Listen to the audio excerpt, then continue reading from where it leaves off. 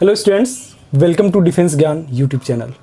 Students, मैं modulus complete कर दिया था। आपको मतलब आई होप आपको बहुत अच्छे से समझ में आ गया होगा जो भी सारे कॉन्सेप्ट और जिस टाइप के क्वेश्चन एनडीएम पूछता है, ठीक है ना। आपको बस क्या करना है, थोड़ा सा उससे प्रैक्टिस करना है, ठीक है ना। थोड़ा सा क्वेश्चन उसको देख लीजिएगा, बहुत सारी बुक्स हैं, उसमें किसी से भी मॉडुलस के क्वेश्चन प्रैक्टिस कर सकते हैं आप, क्योंकि मॉडुलस बहुत ज़्यादा इंपॉर्टेंट है एनडीए के लिए, ठीक है ना। ध्यान रखिएगा, क्योंकि कैलकुलस में भी बहुत ज़्यादा यूज़ होगा। अभी हम लोग बहुत सारा यूज़ करने वाले हैं। अभी हम लोग अब तो मॉड चलता ही रहेगा। मॉड हो गया, जितने पीस वाइज फंक्शन में बताया था, मॉडुलस फंक्शन हो गया, ग्रेटेस्ट इंटीजर फंक्शन हो गया, फ्रैक्शन पार्ट फंक्शन हो गया, सिग्नम फंक्शन हो गया, है ना। ये सब चीज़ों का यूज़ होता रहेगा, ठीक।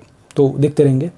तो अगर आप इस यूट्यूब चैनल पर अगर आप नए हैं तो please like share and subscribe करना मत भूलिए, ठीक है।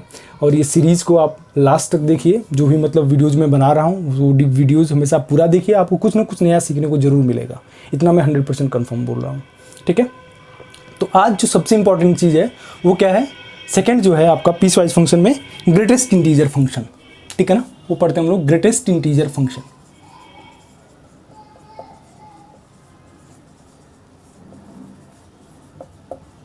ठीक है ना।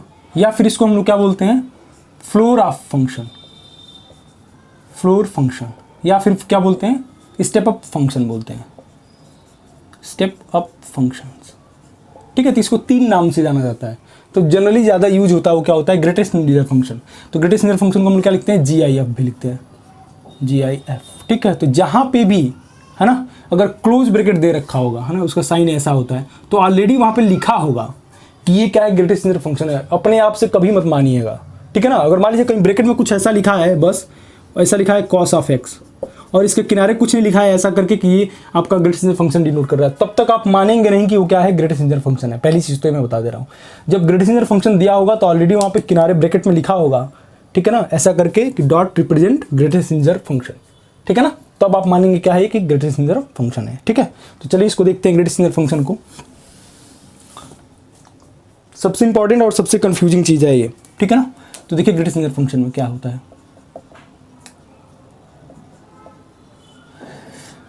इसका डेफिनेशन क्या होता है, अगर यहाँ पे लिखा है ग्रेटेस्ट इंटीजर ऑफ x का मतलब क्या हुआ, ग्रेटेस्ट इंटीग्रल वैल्यू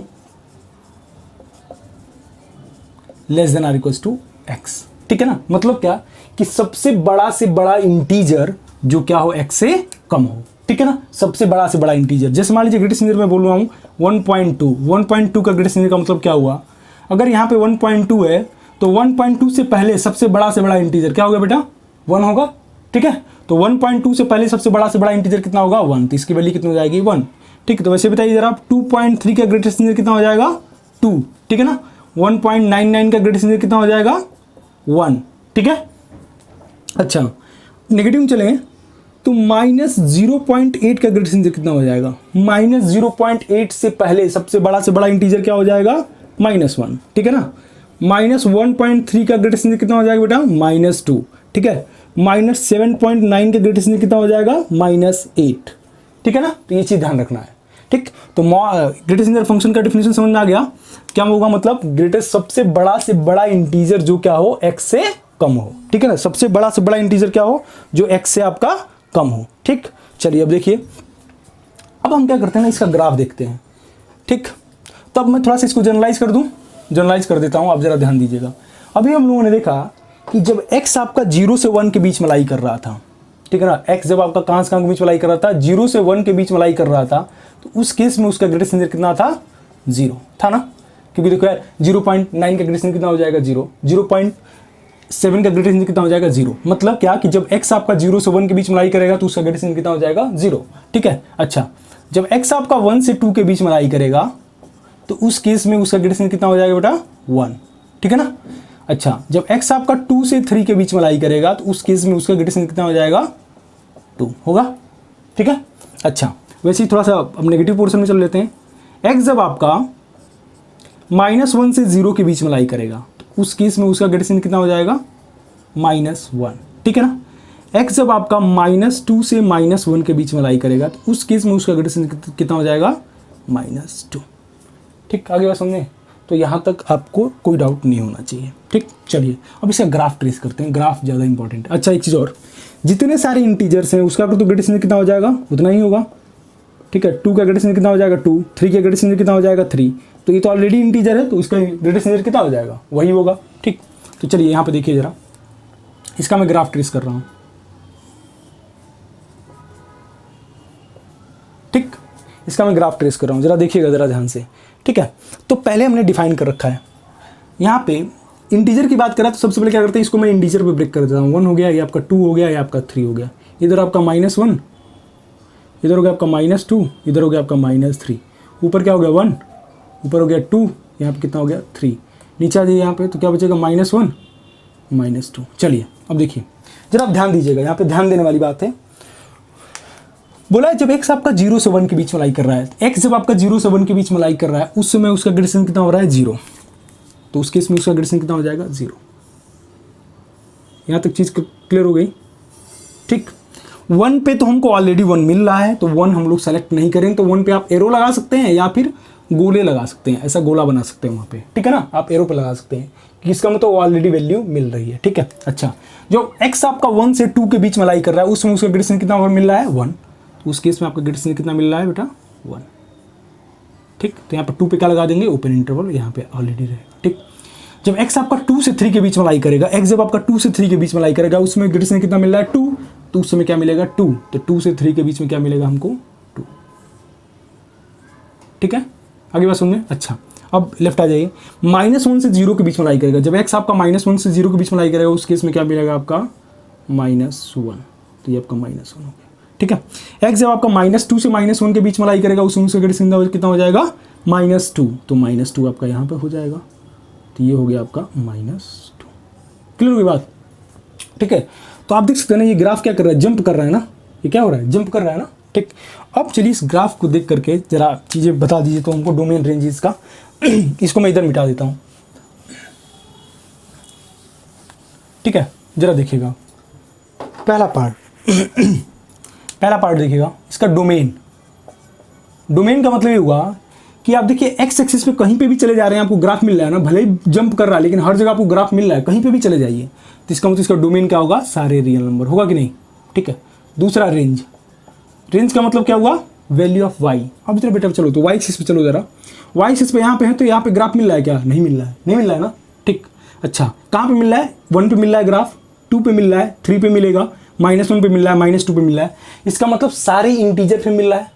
ये मैं बोल सकता हूँ क्या मिल रहा है, यहाँ पे सारे इंटीजर्स पे ग्राफ मिल रहा है, तो इसका मैं बोल दूंगा क्या, इसका रेंज क्या होगा, ऑल इंटीजर्स। क्लियर होगी बात। थर्ड, ये ग्राफ देख रहे हैं हर जगह पे जंप कर रहा है ना, तो इसका मतलब क्या होगा, डिसकंटिन्यूअस होगा। ठीक, चौथा, अच्छा ये ग्राफ क्या कर रहा है, ब्रेक हो रहा है हर पॉइंट पे, इसलिए क्या होगा, नॉन डिफरेंशिएबल होगा। कहाँ पे, non differentiable at every integers. ठीक, ये भी क्या होगा, discontinuous at every integer. Clear होगी बात। ये ग्राफ क्या होगा, डिसकंटिन्यूअस होगा और क्या होगा, नॉन डिफरेंशिएबल होगा। कहाँ पे होगा, सारे इंटीजर्स पे। क्लियर होगी बात यहाँ तक। चलिए, तो ये तो हमको अच्छे से क्लियर हो गया कि ग्रेटेस्ट इंटीजर फंक्शन है तो इसका डोमेन क्या होगा, सारे रियल नंबर होगा, रेंज क्या होगा, सारे इंटीजर्स होंगे। ये ग्राफ हर पॉइंट पे जंप कर रहा है इसलिए क्या होगा आपका डिसकंटिन्यूअस होगा और क्या होगा, नॉन डिफरेंशिएबल होगा। अच्छा अब यहाँ पे जरा थोड़ा सा मैं लिमिट का पोर्शन बता देता हूँ। अगर मैं बोलूँ कि limit x tending to 0 greatest integer of x, ठीक है, limit x tending to 0 greatest integer of x, जरा देखिएगा बेटा क्या होगा। ये आप 0 तो नहीं बोल सकते ना, ये तो गलत हो गया, 0 नहीं होगा पहली चीज़ तो ये। ठीक है, तो एक चीज़ ध्यान रखिएगा कि जहाँ पे मॉड आए या फिर जहाँ पे फंक्शन डिफाइंड कर दे या फिर जहाँ पे ग्रेटेस्ट इंटीजर आ जाए या फिर जहाँ पे फ्रैक्शनल पार्ट फंक्शन आ जाए, वहाँ पे आपको क्या करना पड़ेगा, हमेशा राइट हैंड लिमिट और लेफ्ट हैंड लिमिट जरूर चेक करना होता है, पहली चीज़ तो ये। ठीक है ना, तो अब जरा बताइए यहाँ पे अगर मैं RHL लेता हूँ, RHL का मतलब क्या हुआ, लिमिट x टेंडिंग टू 0+। ठीक, तो ग्राफ देखिएगा जरा, 0+ पे हमारा जो 0+ का मतलब 0 से थोड़ा सा आगे मैं जा रहा हूँ, तो यहाँ पे जो ग्राफ मिल रहा है वो क्या मिल रहा है, 0 मिल रहा है कि नहीं मिल रहा है, 0+ पे हमारा ग्राफ क्या मिल रहा है, 0 मिल रहा है। ठीक, अच्छा LHL चलो तो जरा, LHL का मतलब limit x tending to 0 minus का मतलब 0 से थोड़ा सा कम, तो 0 से थोड़ा सा कम जैसे हो रहा है वैसे क्या मिल रहा है, वैल्यू -1 मिल जा रहा है ना, सो वैल्यू क्या मिल रहा है, -1। तो आप देखते हैं RHL not equal to LHL, इसलिए क्या होगा, लिमिट डज नॉट एग्जिस्ट। आगे बात सुनने। ठीक है, तो अब देखिएगा यहाँ पे जरा मैं ये बात में बोल सकता हूँ क्या कि limit x tending to 1.5 greatest integer of x 1.5 पे चलिए, तो 1.5 यहाँ पे कहीं होगा, तो 1.5 पे यहाँ पे होगा, तो यहाँ से आप राइट जाइए चाहे लेफ्ट जाइए, हमेशा आपको क्या मिला है, 1 मिल रहा है कि नहीं, तो इसकी वैल्यू डायरेक्ट हम लोग क्या बोल सकते हैं, 1। तो याद रखिएगा एक चीज़ बस, इसमें भी मतलब शॉर्ट ट्रिक ही मान लीजिए कि अगर लिमिट किसी भी ग्रेटेस्ट इंटीजर फंक्शन बस सिर्फ दिया है, और अब बात कर रहा है यहाँ पे मतलब एक तरह से देखा जाती है 1.5 1.2 इस टाइप के फॉर्म में, मतलब इंटीजर ना हो कुल मिलाकर के, ठीक है ना, तो उस पर हमेशा क्या करेगा, लिमिट आपका एग्जिस्ट करेगा। ठीक है, आप देख सकते हैं किसी भी पॉइंट पे। अगर मैं बात करूँ 2.5 पे, तो 2.5 पे देख सकते हैं ना, 2.5 पे आपको क्या मिल रहा है, ग्राफ 2 मिल रहा है ना, तो यहाँ पे क्या मैं बोल सकता हूँ, limit x tending to 0, limit x tending to 2.5, greatest integer of x कितना हो जाएगा आपका, 2 मिल जाएगा। क्लियर होगी बात। लेकिन अगर मैं बोलूँ कि limit x tending to 2, greatest integer of x, तो वहाँ पे सीधे सीधे आप क्या बोलेंगे, अच्छा देखो जरा 2 से आगे जा रहे हो, तो 2 से ऊपर जा रहे हो तो आपको क्या मिल रहा है, 2 मिल रहा है ना, 2 से ऊपर जाने पर 2 से थोड़ा सा आगे जा रहे हो तो आप क्या मिल रहा है, 2 मिल रहा है कि नहीं, और 2 से थोड़ा सा पहले आ रहे हो तो आपको क्या मिल रहा है, 1 मिल रहा है कि नहीं, तो इसलिए मैं क्या बोल लूँगा, लिमिट क्या करेगा, डज नॉट एग्जिस्ट हो जाएगा। क्लियर होगी बात। तो याद रखिएगा ये कि जितने सारे इंटीजर्स पे लिमिट की जो वैल्यू आएगी वो क्या आएगी, आपका डज नॉट एग्जिस्ट होगा। ठीक है, फ्रैक्शन की बात करेगा वहाँ पे आपका लिमिट क्या करेगा, एग्जिस्ट करेगा। ठीक है, तो ग्राफ क्लियर है, तो वहाँ पे किसी भी पॉइंट पे पूछ देगा तो वहाँ पे आप आराम से लिमिट की वैल्यू निकाल सकते हैं। ठीक है, समझ आ गई बात। चलिए अब मैं यहाँ पे थोड़ा सा इसकी प्रॉपर्टी में लिखने जा रहा हूँ और थोड़ा सा प्रॉपर्टी पे इसके क्वेश्चंस करा देता हूँ ताकि आपके जो भी उससे रिलेटेड डाउट्स हैं ग्रेटेस्ट इंटीजर फंक्शन को लेकर के वो सब सारा क्लियर हो जाए। ठीक, चलिए अब देखिए, तो पहली प्रॉपर्टी, अच्छा greatest integer of x equals to n, तब x कहाँ से कहाँ के बीच में लाई करेगा। Greatest integer of x equals to n, तब आपका x कहाँ से कहाँ के बीच में लाई करेगा, ये बताना है। तो देखिएगा जरा, अभी मैं कुछ देर पहले एग्जांपल एक लिया था कि x जब आपका 0 से 1 के बीच में लाई कर रहा था, उस केस में ग्रेटेस्ट इंटीजर ऑफ x क्या था, 0 था कि नहीं था। ठीक है ना, तो अब बताइए जरा, अगर मैं यहाँ पे 0 से 1 की बात कर रहा हूँ तो यहाँ पे क्या greatest integer of x equals to n है ना, तो क्या मैं बोल सकता हूँ x आपका कहाँ से कहाँ लाई करेगा, n से n+1 के बीच में लाई करेगा कि नहीं करेगा। क्लियर होगी बात। ठीक, तो अगर मान लो एग्जाम में पूछ दे कि greatest integer of x equals to 5, तो आप सीधे सीधे x क्या लिखोगे, 5 से 6। आ गया समझ में। ठीक, एग्जाम में पूछ दिया greatest integer of x equals to 3, तब x कहाँ से कहाँ के बीच में लाई करेगा, तो यहाँ 6 बिलोंग्स टू क्या हो जाएगा आपका 3 से 4 पे ओपन इंटरवल लगेगा। इतना चीज़ ध्यान रखिएगा। ठीक होगी बात, समझ में आ गई बात। ठीक है, अगला देखिएगा, अगला है आपका सेकंड, इसको मैं हटा देता हूं। सेकंड देखिएगा, सेकंड जो है आपका, अगर ग्रेटेस्ट इंटीजर ऑफ एक्स में कोई सा भी इंटीजर अगर ऐड हो रहा है, m क्या है यहाँ पे इंटीजर है, तो आप उसे क्या कर सकते हैं, बाहर ले सकते हैं। तो मैं क्या लिखूंगा, greatest integer of x plus m। ठीक है ना, अगर मान लो ग्रेटेस्ट इंटीजर ऑफ एक्स के अंदर लिखा है x प्लस 3 इक्वल्स टू 5, तो आप क्या लिखोगे, greatest integer of x plus 3 equals to 5। Integer है तो आप इसे बाहर निकाल सकते हैं। तो यहाँ पे क्या हो जाएगा, greatest integer of x equals to कितना हो जाएगा, 2। तो यहाँ पे x क्या हो जाएगा, पहला वाला डेफिनेशन लगा दूँ, x क्या हो जाएगा आपका, x बिलोंग्स टू 2 से 3। क्लियर होगी बात। तो जहां पे भी इंटीजर आएगा अंदर, तो आप क्या कर सकते हैं, उस इंटीजर को बाहर ले सकते हैं। क्लियर होगी बात यहां तक। अच्छा चलिए, third, greatest integer of minus x equals to कितना हो जाएगा, minus times greatest integer of x. ये कब होगा, जब एक्स आपका इंटीजर होगा। ठीक है ना, greatest integer of minus x equals to minus times greatest integer of x कब होगा, जब एक्स बिलोंग्स टू क्या होगा, इंटीजर होगा।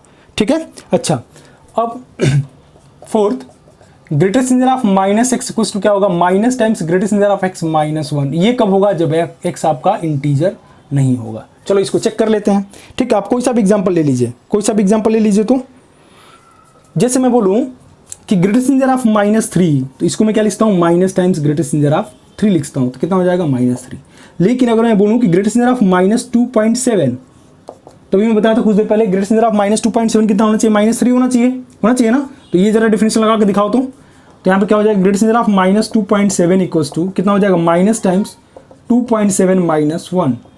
तो माइनस टाइम्स 2.7 का ग्रेटेस्ट कितना हो जाएगा, -2 -1। तो यहाँ पे कितना आ जाएगा इसका आंसर, -3। तो यहाँ से भी देख सकते हैं। ठीक है ना, तो ये प्रॉपर्टी आपको चारों याद रखनी है। ठीक, चलिए, क्योंकि यार देखो आप प्रॉपर्टी याद रखोगे ना, पेपर कैसा भी आए बेटा तो आप आराम से अटेम्प्ट कर ले जाओ। बस आपको कुछ नहीं करना, थोड़ा सा बस इसको सोचना है, थोड़ा सा दिमाग लगाना है, ठीक है ना। आप कोई सा भी प्रॉपर्टी अप्लाई कर रहे हो फटाक से एक एग्जाम्पल लेकर के देख लो, ताकि उससे आपको आइडिया लग जाए ना कि किस टाइप के क्वेश्चन पे कैसे प्रॉपर्टी अप्लाई कर रहे हैं। क्लियर कोई बात ना, ठीक है। चलिए अब आगे देखिए।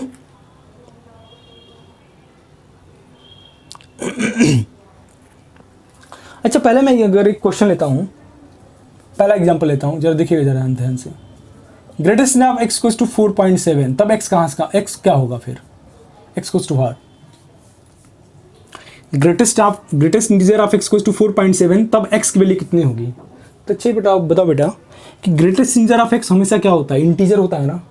कभी इसका आउटपुट फ्रैक्शन में आता है क्या? नहीं आता है ना। तो यहाँ पे मैं क्या लिखूंगा? x equals to 5। क्लियर होगी बात ये? क्योंकि ग्रेटेस्ट इंटीजर ऑफ x है, उसका आउटपुट हमेशा क्या आता है? इंटीजर आता है कि नहीं? जैसे मॉड वाले की बात करें तो मॉड में जो आउटपुट आता है हमेशा क्या आता है? पॉजिटिव आता है। उसी तरह से ग्रेटेस्ट इंटीजर ऑफ x में हमेशा जो आउटपुट आता है हमेशा क्या आता है? इंटीजर आता है। तो यहाँ पे इंटीजर तो लिखा नहीं है, यहाँ पे क्या लिखा है? 4.7 लिखा है। 4.7 क्या है? एक फ्रैक्शन के फॉर्म में हो गया। तो आप इसका मतलब मैं क्या बोल सकता हूँ? x इक्वल्स टू क्या हो जाएगा? 5 हो जाएगा। क्लियर होगी बात? चलिए अच्छा, आगे क्वेश्चन एक लिखता हूँ मैं, जरा ध्यान दीजिएगा। ये प्रॉपर्टी आप लोग अच्छे से नोट कर लीजिए और इसको रिवाइज करते रहिए, क्योंकि यार देखो बीच बीच में आता रहेगा। अभी मैं डोमेन रेंज कराऊंगा, उसमें प्रॉपर्टी अप्लाई करके क्वेश्चंस दूंगा मैं, ठीक है ना। तो उस क्वेश्चंस को आप लोग करिएगा, ठीक। पहला क्वेश्चन मैं लेता हूं, सिंपल सा क्वेश्चन है। Greatest integer of x square minus 3 times greatest integer of x plus 2 equals to 0, then x equals to what? ठीक, x बिलोंग्स टू व्हाट, ये बताना है। जरा ध्यान दीजिएगा यहाँ पे, x बिलोंग्स टू व्हाट कर लीजिए, ठीक। क्वेश्चन क्लियर है? अब यहाँ पे ये बोला है क्या है आपका ग्रेटेस्ट इंटीजर फंक्शन, हमेशा दिया रहेगा, ये कहीं पे दिया है तो लिखा रहेगा ग्रेटेस्ट इंटीजर फंक्शन। क्लियर होगी बात ना, अपने आप से कभी मत मानिएगा। चलिए देखिए, हम एक काम कर लेते हैं ना, कुछ देर के लिए ग्रेटेस्ट इंटीजर ऑफ x को हमने क्या मान लिया? t मान लिया। तो क्या लिखा है बेटा? T square minus 3t plus 2 equals to 0। Factor करोगे तो कितना हो जाएगा? t माइनस 2, यहाँ से कितना हो जाएगा? t minus 1 equals to 0। तो यहाँ से कितना हो जाएगा? t इक्वल्स टू 1 हो जाएगा, यहाँ से t इक्वल्स टू कितना हो जाएगा? 2 हो जाएगा। यहाँ तो क्लियर होगी बात? चलिए अब जरा देखिए यहाँ पे मैं क्या लिखूंगा? Greatest integer of x equals to 1 लिखूंगा, और क्या लिखूंगा? Greatest integer of x equals to 2 लिखूंगा। अभी कुछ देर पहले मैं बताया था कि greatest integer of x equals to n, तब आपका x कहाँ से कहाँ के बीच में लाई करता है? n से n प्लस 1 के बीच में लाई करता है, ठीक। चलिए अच्छा, तो यहाँ पे मैं क्या लिखूंगा? हटाऊंगा तो इसको मैं क्या लिखूंगा? x कहाँ से कहाँ के बीच में लाई करेगा? 1 से 2 पे ओपन इंटरवल। अच्छा, यहाँ पे इसके लिए क्या लिखूंगा? x बिलोंग्स टू 2 से 3 ओपन इंटरवल। दोनों कंबाइन करके लिखोगे तो क्या लिखूंगा मैं? x बिलोंग्स टू 1 से 3। तो इसका फाइनल आंसर कितना आ जाएगा? x बिलोंग्स टू 1 से 3। क्लियर होगी बात ना? तो देखो क्वेश्चन मतलब कैसा भी बना दे तो कभी घबराना नहीं है। आपको जो एकदम बेसिक कॉन्सेप्ट पता है ना, आप उस पर चलो। हमेशा उस क्वेश्चन का हमेशा बेसिक चीज पकड़ो कि यार कहाँ से स्टार्ट कर रहा है, ठीक है ना। तो हमेशा हमने क्या देखा? पहले तो ग्रेटेस्ट इंटीजर फंक्शन के फॉर्म में एक क्वाड्रेटिक इक्वेशन दे रखा है, तो आपने क्या किया? सिंपली ग्रेटेस्ट इंटीजर x को t मान लिया, फैक्टराइज किया, और यहाँ पे आपने क्या किया? ग्रेटेस्ट इंटीजर ऑफ x की प्रॉपर्टी अप्लाई कर दिया, ठीक है ना। तो वही मैं कहना चाह रहा हूँ कि आपको जो भी टॉपिक पढ़ रहे हो ना, उससे रिलेटेड जितने भी सारे कॉन्सेप्ट हैं, प्रॉपर्टीज हैं, सारी चीज़ पढ़ो, ताकि उससे क्या होगा ना कि उसके इर्द गिर्द क्वेश्चन कैसा भी आए आपको पता ही चल रहा है कि भाई देखो एनडीए का जो भी पेपर्स आ रहे हैं सब क्या आ रहे हैं? कॉन्सेप्चुअल आ रहे हैं। पेपर का लेवल हमेशा डे बाई डे हमेशा क्या हो रहा है? टफ होता जा रहा है, ठीक है ना। तो वो दिन ज़्यादा दूर नहीं है कि जब आपको हमेशा जेईई मेन सिलेबस आपका एनडीए में आने लगेगा। याद रखिएगा ये बात, ठीक है ना। क्वेश्चन का जो लेवल होगा ना वो जेईई मेंस लेवल तक का डाल देंगे, ठीक है ना। तो आपको क्या करना पड़ेगा? बहुत डीपली पढ़ना पड़ेगा। कुछ भी आप पढ़ रहे हो बहुत डीप जाके आपको पढ़ना पड़ेगा, ठीक है ना। चलिए अब अगला क्वेश्चन करते हैं। अगला क्वेश्चन है सेकंड क्वेश्चन। इसलिए मैं भले ही मैं एक टॉपिक ले रहा हूं, लेकिन एक टॉपिक से रिलेटेड आपके सारे कॉन्सेप्ट मैं क्लियर कर दूंगा, इतना गारंटी मैं ले रहा हूं, ठीक है ना। ध्यान रहे बात। अगला क्वेश्चन है second. Greatest integer of x square minus 3 times greatest integer of x plus 2 less than 0, इसको सॉल्व करना है, ठीक है। तो जरा ध्यान दीजिएगा अब यहाँ पे, ये भी क्वेश्चन बहुत इंपॉर्टेंट है। देखिएगा जरा, अगर मैं इसको t मान लिया तो उस तरह से फैक्टराइज कर दो, इसको t मान लो तो क्या हो जाएगा आपका? t square minus 3t plus 2 less than 0। Factor करो तो t minus 1 t minus 2 less than 0, ठीक। तो यहाँ से टी कहाँ से कहाँ के बीच में लाई कर देगा बेटा, टी कहाँ से कहाँ के बीच में लाई करेगा, 1 से 2 के बीच में लाई करेगा, लाई करेगा ना, इनइक्वालिटी आपने पढ़ा होगा तो। ठीक है, टी को क्या माने थे, ग्रेटेस्ट नंबर ऑफ एक्स, तो मैं यहाँ पे क्या लिखूंगा, ग्रेटेस्ट नंबर ऑफ एक्स कहाँ के बीच में लाई कर रहा है, 1 से 2, मतलब greatest number of x belongs to 1 से 2। अच्छा, अब यहाँ पे एक चीज़ सोचने वाली बात है, अगर यहीं पे मैं एक क्वेश्चन दे दूँ ना तो आप कोई नहीं कर पाएगा। यहाँ पे क्या लिखा है, greatest number of x belongs to 1 से 2, तो एक्स क्या होगा, आप जरा बता सकते हैं क्या, देखिए जरा इसमें क्या होगा, ये क्या आएगा, हमेशा इंटीजर आएगा कि नहीं आएगा, होगा इंटीजर। 1 से 2 के बीच में कोई इंटीजर आएगा क्या, 1 से 2 के बीच में कोई इंटीजर आएगा, नहीं आएगा ना, 1 से 2 के बीच में कहाँ इंटीजर आएगा, कोई नहीं आएगा। दैट मीन्स यहाँ से मैं क्या बोल सकता हूँ, x बिलोंग्स टू 5। क्लियर होगी बात यहाँ तक, ठीक है, ठीक है, चलिए। अच्छा, अगला question, third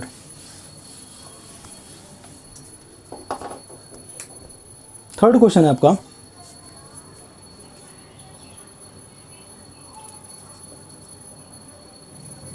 greatest number of 2x + 1 equals to 2, इसको सॉल्व करना है हमें, x की वैल्यू बतानी है, x बिलोंग्स टू व्हाट, ये बताना है, ठीक है। तो देखिए अभी मैंने कुछ देर पहले बताया था ना कि greatest number of x + m होता है, तो अगर m इंटीजर है तो आप क्या लिख सकते हैं, कि नहीं, ठीक, लगा दीजिए प्रॉपर्टी। तो greatest number of 2x + 1 equals to कितना हो जाएगा, 2, तो यहाँ से greatest number of x 2x किसके बराबर हो जाएगा, 1 हो जाएगा, ठीक है।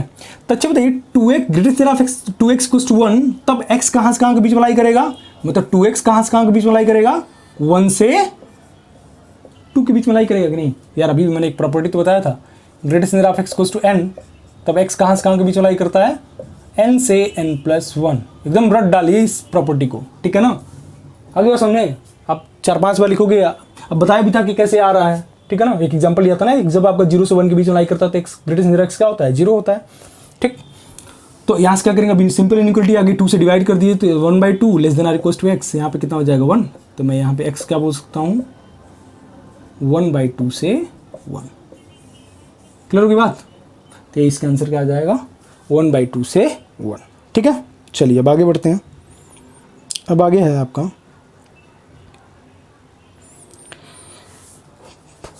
ठीक है, next question, fourth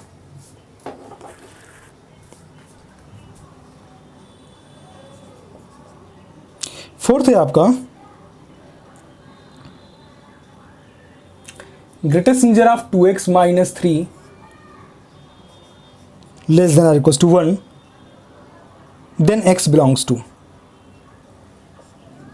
then x belongs to what, ठीक है। चलिए देखिएगा अब यहाँ पे बेटा, आप जरा देखो, अभी एक प्रॉपर्टी अपने आप से जरा बनाओ तो, कि greatest number of x less than or equals to k + 1, greatest number of x less than or equals to k के फॉर्म में दिख रहा है कि नहीं, ये क्वेश्चन इसी फॉर्म में दिख रहा है, ठीक है।